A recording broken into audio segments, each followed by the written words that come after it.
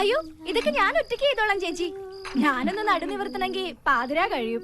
കുഴപ്പമില്ല. ഒന്ന് വേഗം പോയി കുളിച്ചിട്ട് വാടി. പെണ്ണിന്റെ കാര്യം.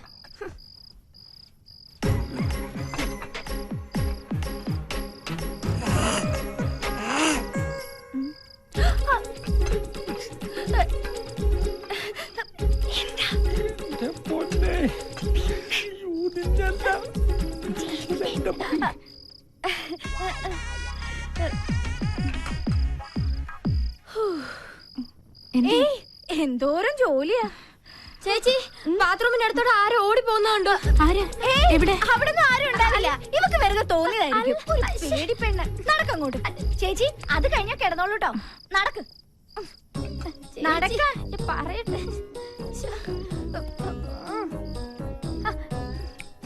ഇവിടെ എങ്ങും ആരും ഇല്ലെന്ന്. അങ്ങോട്ട് കുളിച്ചേ പറയട്ടെ. കുളിക്കണ്ടതാ ഒരു കാര്യം.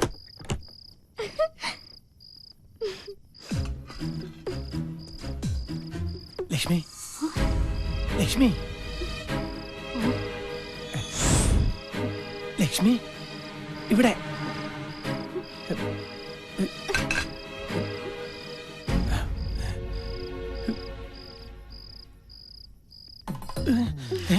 വർമ്മ സാറ് പറഞ്ഞപ്പോഴേ എനിക്കറിയായിരുന്നു ഇന്ന് രാത്രി എന്നെ കാണാൻ വരുമെന്ന്. നീയും വർമ്മ സാറും കൂടി എന്നെ വറുത്ത് പിന്നടി കൊണ്ടാറാണ് ഞാൻ.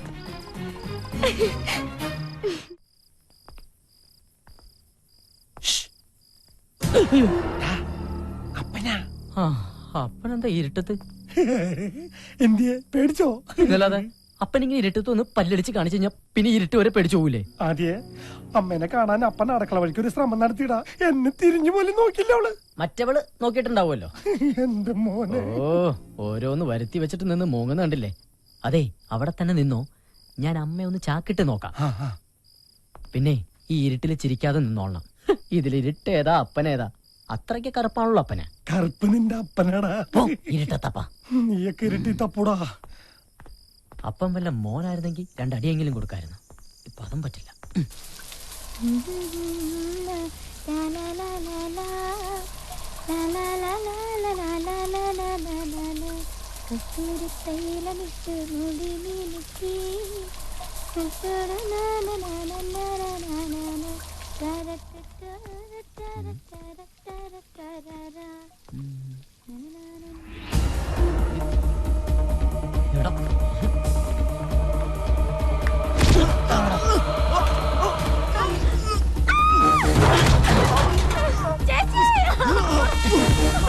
പിള്ളേര് കുളിക്കുന്നത് ഇന്നത്തോടെ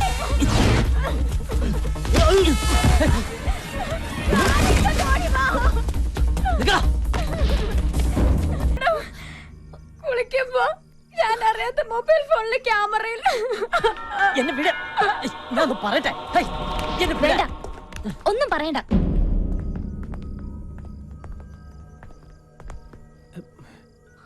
എല്ലാരും മോളെ,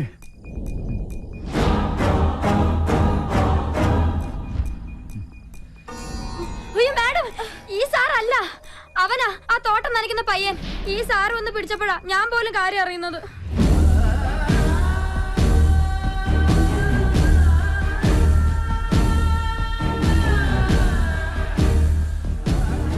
സാറേ, പിഴച്ച വഴിക്കൊന്നും പോവില്ലെന്ന് ആന്റണിക്ക് ഉറപ്പുള്ളതുകൊണ്ടാ ഞാൻ ആദ്യം സാറിനെ പരിചയപ്പെടുത്തിയത്. സാറിന്റെ മകൾ ഇവിടുത്തെ രാജകുമാരിയാണെങ്കിൽ ഈ നിൽക്കുന്നത് ഞങ്ങളുടെ രാജകുമാരനാ.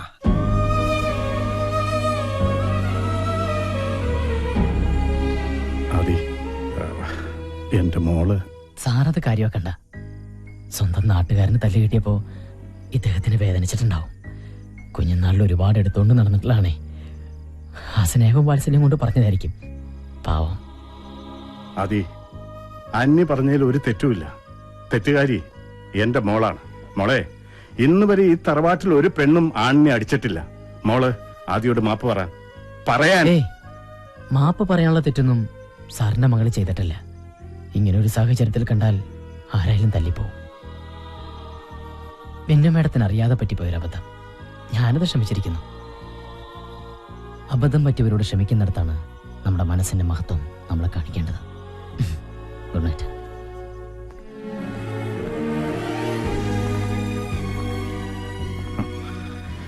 ഇതുപോലൊരു മകന് ജന്മം നൽകിയ അച്ഛനും അമ്മയും സുഹൃതം ചെയ്തവരാണ്.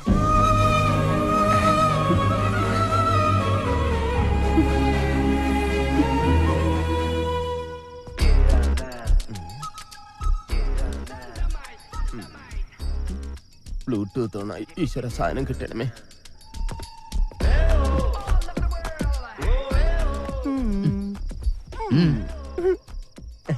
അതെ, ഞാൻ ബ്ലൂടൂത്ത് ഓണാക്കി. അതെന്റെ ഫോണിലേക്ക് അയച്ചാ എന്ത് ഒന്നും അറിഞ്ഞുകൂടാത്തോല. ആ കുളിസി ദേ, അത് കഷ്ടപ്പെട്ട് പിടിച്ച പാവ നിർമ്മാതാവ് ജീവനും കൊണ്ട് എങ്ങോട്ടോ ഓടി രക്ഷപ്പെട്ടു. ഇപ്പൊ ഒരു അടി വാങ്ങിയിട്ടാണെങ്കിലും അതിന്റെ വിതരണാവകാശം ആദിത്യവർമ്മയ്ക്കാണല്ലോ. ഇനി അതിന്റെ സാറ്റലൈറ്റ് അവകാശം എനിക്ക് തന്നോളൂ. നീ പോ. അല്ലെങ്കിൽ വേണ്ട, എന്റെ ഈ ഹോം തിയേറ്ററിൽ ഒന്ന് റിലീസ് ചെയ്തൂടെ? ഒന്ന് പോടാ. ഞാനൊരു മൊബൈൽ തിയേറ്റർ ഉടമയാണ് കേട്ടാ. വേണ്ട, ഒരു കുളിസി നിന്റെ കയ്യിലുണ്ടെന്ന് കരുതി ഇങ്ങനെ അഹങ്കരിക്കരുത്. വർഷങ്ങളായി ഷക്കീല പടം കളിച്ചുകൊണ്ടിരിക്കുന്ന ഒരു മൊബൈൽ തിയേറ്ററാണിത്. തിയേറ്റർ ഉടമയോട് കളിച്ചാലേ വിതരണക്കാരൻ വിവരം അറിയും. വിവരം നിന്നെ പോവല്ല പറഞ്ഞ മനുഷ്യനോട് നിൽക്കുമ്പോ ഞാൻ അവസാനമായിട്ട് യാചിക്കുകയാണ്. ആ കുളിസി ഇതിലോട്ട് അയച്ചാണ്. എന്ത് തരൂല്ലേ? നീ തരണ്ടാ. നീ ഒറ്റയ്ക്ക് കണ്ട് മൃതി അടയടാ. ഇത് കിട്ടാത്തവന്റെ വിഷമം നിനക്കൊന്നും അറിയില്ലടാ.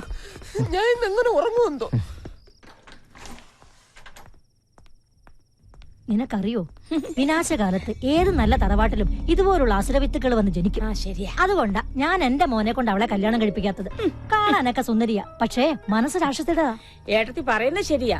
അവള് രാക്ഷസി തന്നെയാ, നിധി കാക്കുന്ന രാക്ഷസി. അവളെ വേണേ നമുക്ക് ഉപേക്ഷിക്കാം, പക്ഷെ ആ നിധിയുടെ കാര്യം ആലോചിക്കുമ്പോഴാ. അതുകൊണ്ട് മാത്രമാ ഞാൻ എന്റെ മോനെ കൊണ്ട് കല്യാണം കഴിപ്പിക്കാൻ നോക്കുന്നേ.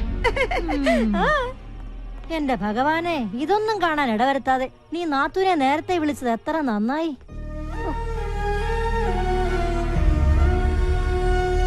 മോളെ മനസ്സിലാവും. അമ്മമാർക്കേ മക്കളുടെ മനസ്സ് തിരിച്ചറിയാൻ പറ്റൂ. ആർക്കും ആരെയും ഒറ്റപ്പെടുത്താനും കുറ്റപ്പെടുത്താനും എളുപ്പാ. പറയണത് ഇഷ്ടമാവുന്നില്ലെങ്കിൽ ഞാൻ പോവാം. എനിക്കെന്തോ കുട്ടിയെ ഓർത്തിട്ട് കിടന്നുറങ്ങാൻ തോന്നിയില്ല. നമ്മുടെ കണ്ണു നിറയുമ്പോ സ്നേഹത്തോടെ കണ്ണീര് തുടച്ചു തരാൻ ഒരാളുണ്ടെങ്കിൽ കണ്ണു നിറഞ്ഞതിന്റെ കാരണം നമ്മൾ മറന്നുപോകും. പക്ഷെ അങ്ങനെ ഒരാളില്ലെങ്കിൽ എന്താ ലക്ഷ്മിയെ കണ്ടപ്പോ ലീലയെ വേണ്ടാന്ന് വെച്ചോ? നീ തിരിച്ചയക്കാൻ നോക്കിയ ആളല്ലേ. ലക്ഷ്മിയുടെ ചില രീതികൾ കാണുമ്പോ എനിക്ക് എന്റെ ഭാഗ്യലക്ഷ്മിയെ ഓർമ്മ വരുന്നത്. ഇവൾ ലക്ഷ്മിയല്ല അന്നി, മഹാലക്ഷ്മിയാണ്.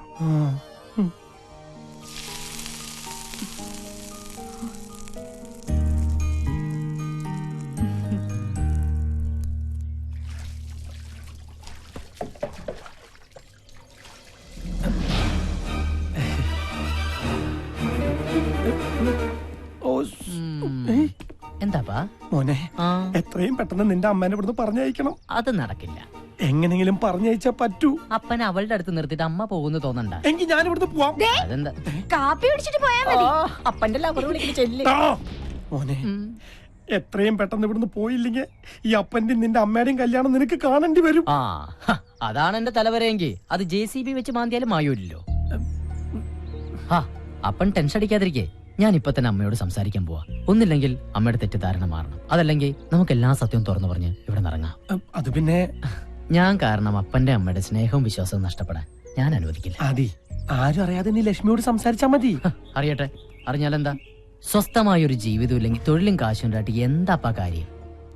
മോനെ അപ്പാ, ഈ ചുറ്റുമതിനുള്ളിൽ അവസാനിക്കാനുള്ളതല്ല നമ്മുടെ ലോകം.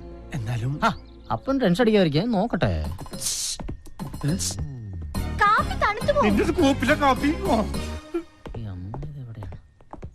ലക്ഷ്മി അമ്മയ്ക്ക് തോന്നുന്നുണ്ടോ ഒന്നും ചിന്തിക്കാതെ ആദിയെ പോലെ റാണിന്റെ മുഖത്ത് തല്ലാൻ മാത്രം ധാഷ്ട്യമുള്ള പെണ്ണാ ഞാനെന്ന്? ഇന്നലെ രാത്രി ആദിയോട് സോറി പറയണമെന്ന് പലതവണ വിചാരിച്ചതാ, പക്ഷെ പറഞ്ഞില്ല. പറയാത്തൊരിഷ്ടം മനസ്സിലെവിടെ ഉള്ളതുകൊണ്ടായിരിക്കാം. ഇഷ്ടപ്പെടുന്ന ഒരാളെ അത്തരമൊരു സാഹചര്യത്തെ കണ്ട ആരും നിയന്ത്രണം വിട്ടു പോവില്ലേ? തീർച്ചയായിട്ടും പോവും. എന്തായി മോനെ, സംസാരിച്ചോ? അപ്പാ, ഇവിടെ ഒരുപാട് കല്യാണങ്ങൾ നടക്കും. നീ ടെൻഷൻ അടിപ്പിയാതെ കാര്യം പറ. അപ്പം ധൈര്യമായിട്ട് ടെൻഷൻ അടിച്ചോ. ടെക്നോളജിയുടെ ഒരു പോക്കേ.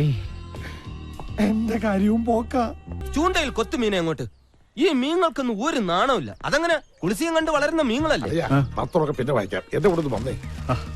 എന്താ? ഞാൻ വേറിട്ടൊരു കാഴ്ച കാണിച്ചു തരാം. ഒന്ന് വാ. വേറിട്ട് കാഴ്ചയോ? ഇനിയിപ്പോ കുളിസിയിലെങ്ങാനും ആണോ? ഏയ്, അതിപ്പോ അമ്മാവനെ കൊണ്ടുപോയി കാണിക്കൂ. എന്തായാലും ഇവിടെ കിടക്കട്ടെ, ഞാൻ നോക്കിയിട്ട് വരാം. ഇങ്ങോട്ട് വന്നേ. പറയാളിയാ. കണ്ടോ?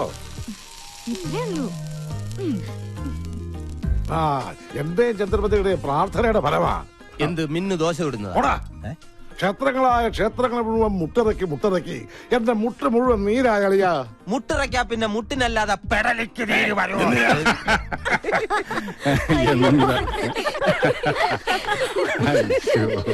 പ്രാർത്ഥന ഫലിച്ചു. ഒരു black and white dosa. Lakshmi വന്നതിന് ശേഷമാണ് മിന്നുമോൾക്ക് ഈ മാറ്റം. എല്ലാം വേസ്റ്റ് ആയി. ദോശമാവ്. ഹായ്, നല്ല മുശുക്ക് മണം. നീ എന്റെ തേപ്പൊട്ടി കൊണ്ട് കയറ്റം കയറാം. ഒന്ന് വേഗം തയ്ക്കടാ. നിന്റെ മാനേജർ ഇപ്പൊ ഒരുങ്ങി വരും. സ്വന്തം അപ്പനാണ് ഡ്രൈവർന്ന് പോലും വിചാരമില്ലാത്ത മരക്കഴുത.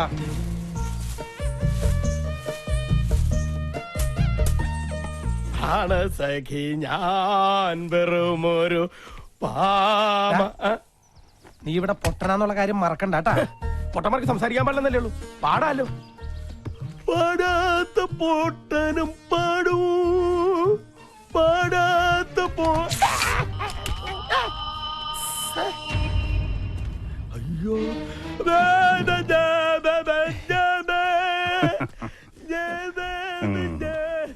പൊട്ടനാണേലും നല്ല താളമുണ്ട്. സാറിന്റെ ഇവിടെ അല്ല, അന്നിക്ക് ഇവിടെ എല്ലാ സൗകര്യങ്ങളും ഉണ്ടോ? കൊതുകിന്റെ ശല്യം? അതിനത് കൊച്ചിയല്ലല്ലോ, കൊട്ടാരല്ലേ. വെറുതെ അല്ല, അല്ലീല നിന്റെ വലയിൽ വീണത്. കോമഡി പറയുന്നവരെ ഐശ്വര്യ റോയ്ക്ക് വരെ ഇഷ്ടാവട്ടോ. സത്യമായിട്ട് സാറ് ഞാൻ താനൊന്നും പറയണ്ട. ഇന്ന പ്രായത്തിലെ പ്രേമിക്കാവുള്ളെന്ന് ആരെങ്കിലും എവിടെയെങ്കിലും എഴുതി വെച്ചിട്ടുണ്ടോ? ഈ പ്രണയം എന്ന് പറയണത് വാർദ്ധക്യം ബാധിക്കാത്ത ഒരു വികാരമാണല്ലോ. സത്യം പറഞ്ഞാൽ ഞാനും ഇപ്പൊ അത്തരത്തിലൊരു ഒരു ഒരു ഇതിലാണ്. അതേന്ന് മറ്റാരുമല്ല, ലക്ഷ്മി. ലക്ഷ്മിക്ക് മിന്നുമോളോടുള്ള സ്നേഹം കാണുമ്പോ അവക്ക് അവളുടെ അമ്മയെ തിരിച്ചു കിട്ടിയതുപോലെ എനിക്ക് തോന്നുന്നു. അതെ, തൽക്കാലം ഇത് മറ്റാരും അറിയണ്ട. ആന്റണി മാത്രം അറിഞ്ഞാൽ മതി. ഇവിടെ ഇപ്പോ ഈ കാര്യം എന്നോട് മാത്രല്ലേ പറയാൻ പറ്റുള്ളൂ.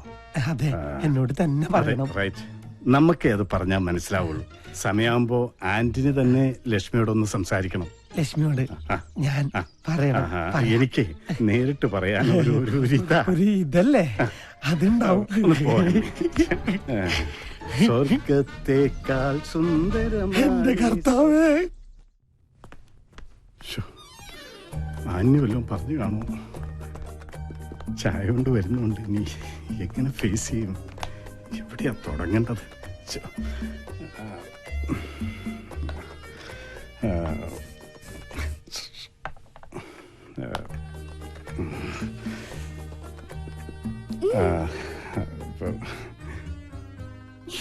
നിന്നോട് ഞാൻ ചായ ചോദിച്ചില്ലല്ലോ. അവളൊരു ചായ കൊണ്ടുവന്നു.